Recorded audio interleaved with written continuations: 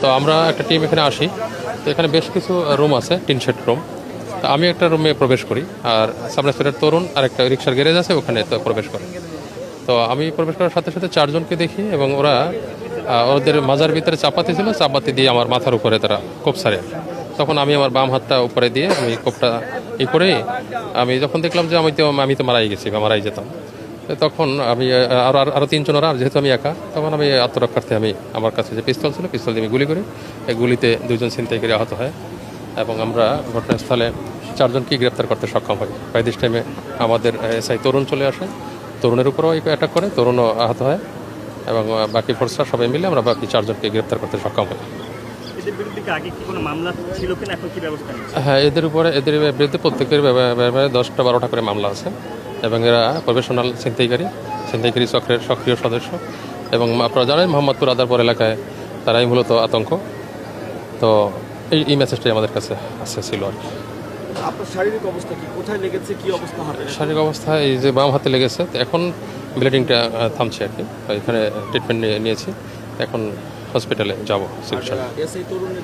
তরুণেরও এই যে লেগেছে, হাতে লেগেছে, সবাই হাত দিয়ে ঠেকাতে গিয়ে বেসিক্যালি হাতে লাগে আর কি, হাত দিয়ে ঠেকা। পরে এখানে চারজন ছিল, চারজনকে গ্রেপ্তার করতে পারছি আমরা। খবরটা কিভাবে পেলেন? আপনার কাছে আমাদের সোর্সের মাধ্যমে মূল ঘটনা কি হয়েছিল যে মানে দিনে দুপুরে একটা দোকানে গিয়েছিল, ওইটা তারা করে? হ্যাঁ, ওখানে আমি একটু সাথে যোগ করি। আমি যতটুকু জানি যে গতকালকেও তারা একই ঘটনা ঘটিয়েছে শ্যামলী না সরি আসাদ গেটের অপোজিটে জাপান গার্ডেনের এখানে যে দোকানগুলো, সেখানেও মনে হয় ছিনতাইয়ের ঘটনা ঘটেছিল। একই চক্র ঘটিয়েছে নাকি তথ্য আছে? এটা এখনো আমরা নিশ্চিত না, তবে তদন্ত চলতেছে, তদন্ত হলে এটা বোঝা যাবে। তো মূলত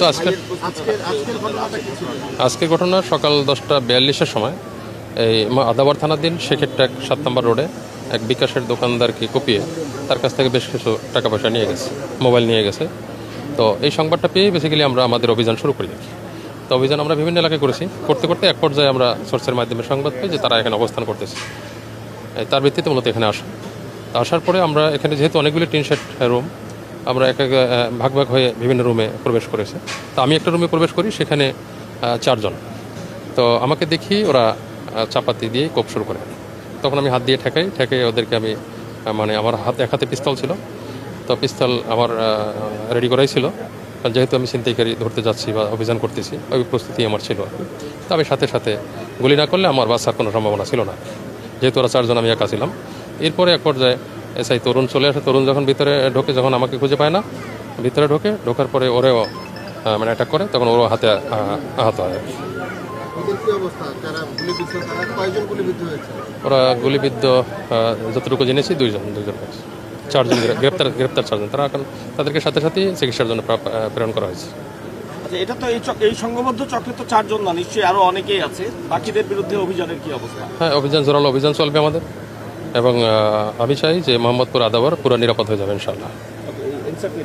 তো একটু জানতে চাই যে এই সম্প্রতি আরো যে ছিনতাইয়ের ঘটনা ঘটেছে, একদম রিসেন্ট কোনো ঘটনায় কি এরা অভিযুক্ত ছিল কিনা? তাহলে এটা আমরা তদন্ত করলে বা অ্যানালাইসিস করলে জিনিসগুলি আমরা আরো ক্লিয়ার হতে পারবো আর কি। হ্যাঁ, এখানে বিখ্যাত রুবেল, তারপরে আরেকটা কি নাম, আমিন,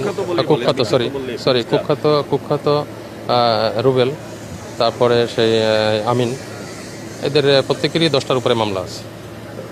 এদের নামটা কি, যে চারজনকে রুবেল, আমিন, আর কি নাম, আরিফ, রুবেল, আমিন, আরিফ আর সজীব। তো এরা প্রচন্ড ফেরোশাস্ত্র, এই ফেরোশাস্ত্রের সম্পর্কে একটু যদি আইডিয়া দিতেন। আসলে আপনারা জানেন যে 5ই আগস্টের পরে এবং আগস্টের পূর্বে যেরকম একটা এখানে এই মোহাম্মদপুর আদাবরে আগস্টের পরে যখন পুলিশিংগুলো আমাদের চলতেছিল, তো বিভিন্ন কারণেই তো আমাদের আসলে পুলিশিংটা একটু রিঅর্গানাইজ করার জন্য যে আমাদের যে সময়টা লাগে, সেই সময়ের সুযোগে তারা যে প্র্যাকটিসটা করছে, তারা যে এটা করছে, এলাকায় একটা আধিপত্য বিস্তার করছে। তো আমি মনে করি বাংলাদেশ পুলিশ এখন শতভাগ সক্ষম, এবং এ সমস্ত বিষয় আমাদের নির্মূল করতে আমাদের খুব বেশি সময় লাগবে না। এবং এই আদাবরবাসী, মোহাম্মদপুরবাসীকে আমি বলবো যে কোনোভাবেই কোনো আতঙ্কিত হওয়ার দরকার নেই। আমরা খুব কম সময়ের ভিতরে ইনশাল্লাহ এই আদাবর মোহাম্মদপুরকে আমি নিরাপদ করবো ইনশাল্লাহ। কোন ঘটনার প্রেক্ষিতে মূলত আজকে এখানে এই ঘটনাটি ঘটে? লাইভে ঘটনা তো এই শেখের ট্যাক 7 নম্বরে ওখানে একটা বিকাশের দোকানে ছিনতাইয়ের ঘটনা ঘটে।